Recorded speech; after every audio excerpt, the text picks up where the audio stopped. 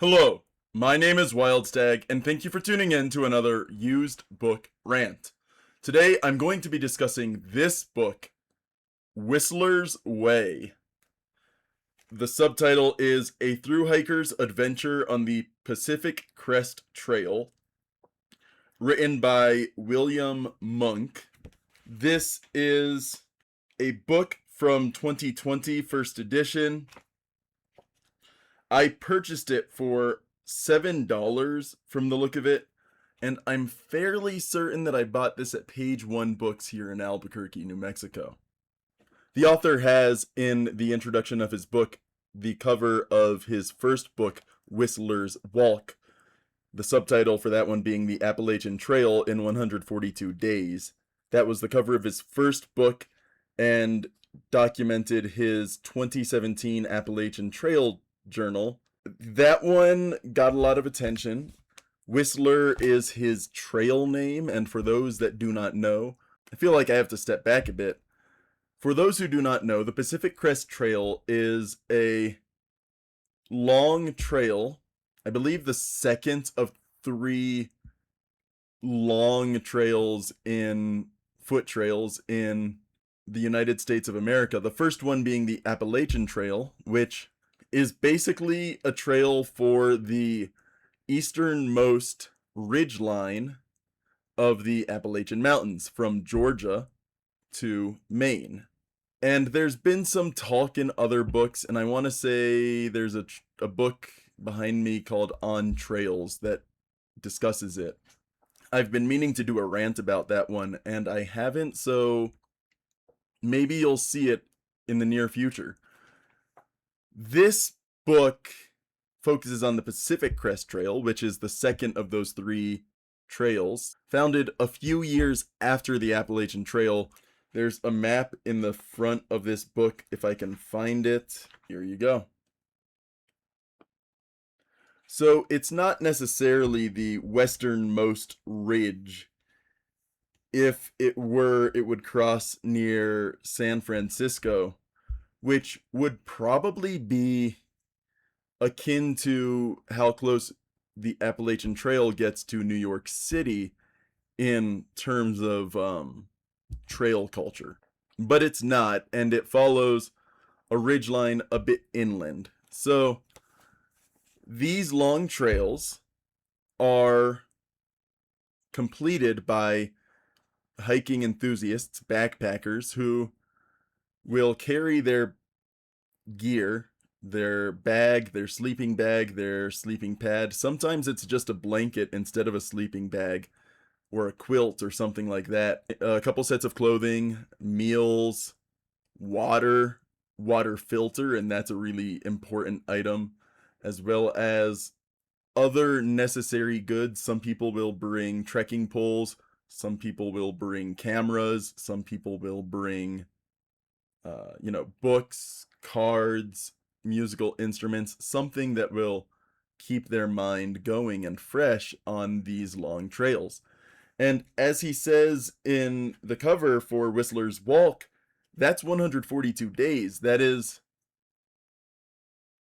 north of, I want to say that's almost 5 months of continuous travel. If you don't have regular contact with people or interaction in ways that engage your mind, that can be difficult. And so a lot of people do carry as little weight as possible, but others will also carry as little weight as possible and then a little extra just to keep their mind active.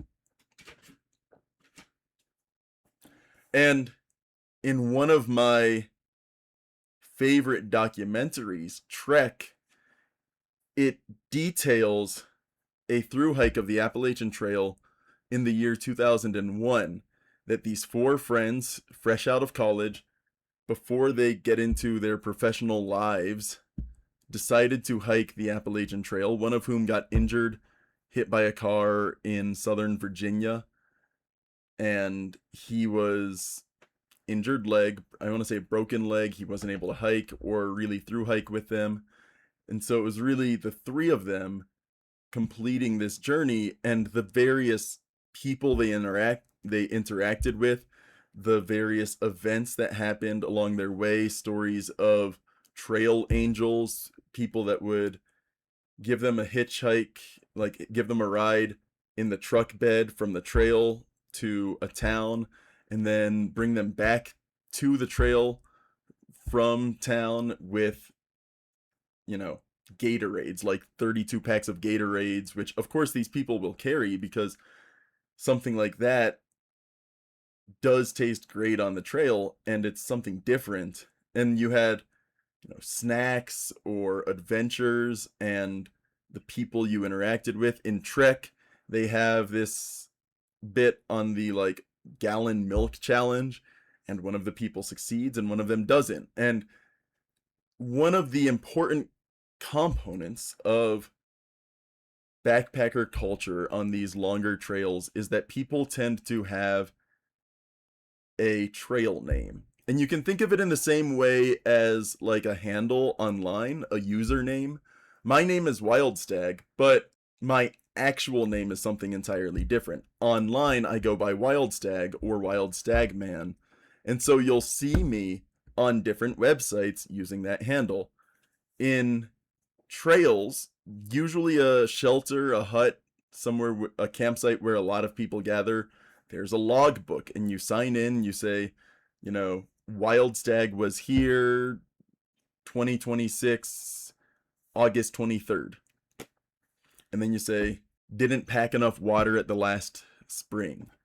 For me, that's an issue I usually have. I can bring 5, maybe 6 liters, 6 quarts of water at the start of a day, and I will go dehydrated by the end of the day, even if I'm only doing 12 miles. If I'm doing 16, 20 miles, I'll still go through 6 liters quickly. I sweat like a hog, and that is kind of, I try to make it less visible, but in a lot of these videos I'll be sweating by the end because it's a hot environment, New Mexico, and swamp coolers only get you so cool. So these trail through hikers adopt a particular name, and in this case, William Monk was Whistler. And another aspect of these long distance trails is that some people will complete the entire section in one go,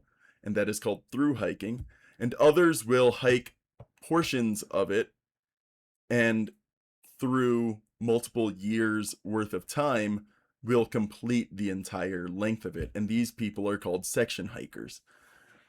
Now, there may be purists that have opinions, one is better than the other, one is more challenging than the other, whichever.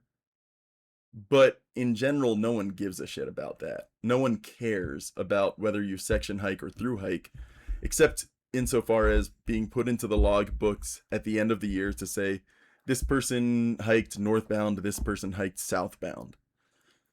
Now, for the 3 major trails, to my understanding, the Appalachian Trail is the only one that people really regularly hike southbound from the northern terminus to the southern terminus, and that's because the temperate climate of the Atlantic coast is sufficient that you can get to Georgia in autumn before it's too cold or too snowy to do any hiking. Whereas the Pacific Crest Trail from California to Washington, if you start in Washington, you have to wait until snowmelt, which is often May, June, July.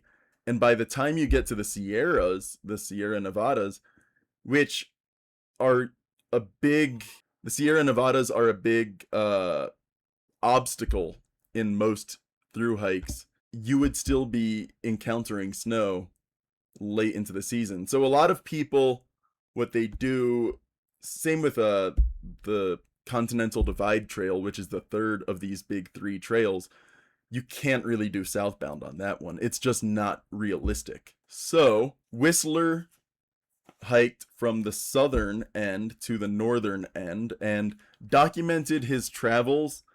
One thing he does do, and this is, he is hiking during a year with almost record snowfall in the Sierra Nevadas. And so he and many other thru hikers that year ended up skipping. They would go from the southern terminus to the Sierras, and then skip north of those, and then complete from Northern California to Washington, and then jump back to the southern end of the Sierras and hike from there to finish it out. And that was necessary for a lot of through hikers in the year he was doing it, because it was just that difficult to get through that snow. What's also interesting about this book is that Whistler at one point does take an injury. While passing through snow, he is looking for a person that he had been hiking with. He got separated, backtracked, and then while on a portion of the trail, he slides down some snow and breaks his ribs, as well as taking a bit of a fall. But he's also an older guy. Whistler is a retiree. His wife also taking care of property, but both of them are past the retirement age, and that partially does lend weight to how impressive this feat is, to hike this many, couple thousand, I think it's 2,600 miles with that much weight on his back. It does lend some weight to how important this kind of effort is. But he does get injured. He does get found by another thru hiker, and it takes him off the trail for somewhere in the ballpark of 4 to 5 weeks before he gets back going again. And by the time he gets back to the trail, a lot of the people that he started hiking with have already gotten off trail, fallen off trail, or finished by the time. So he continues, and he does make it to Washington, but that's only part of the trip, because once he gets to the northern terminus, he still needs to go back to the Sierra Nevadas. And so the Sierras, section 6, are miles 652 to 1,331. Almost 700 miles of trail that he skipped in an earlier part of the year. So he does then go back, backtracks, and then hikes, finishes that out. He has a picture here in front of the famous and iconic Muir shelter. I don't know if it'll focus.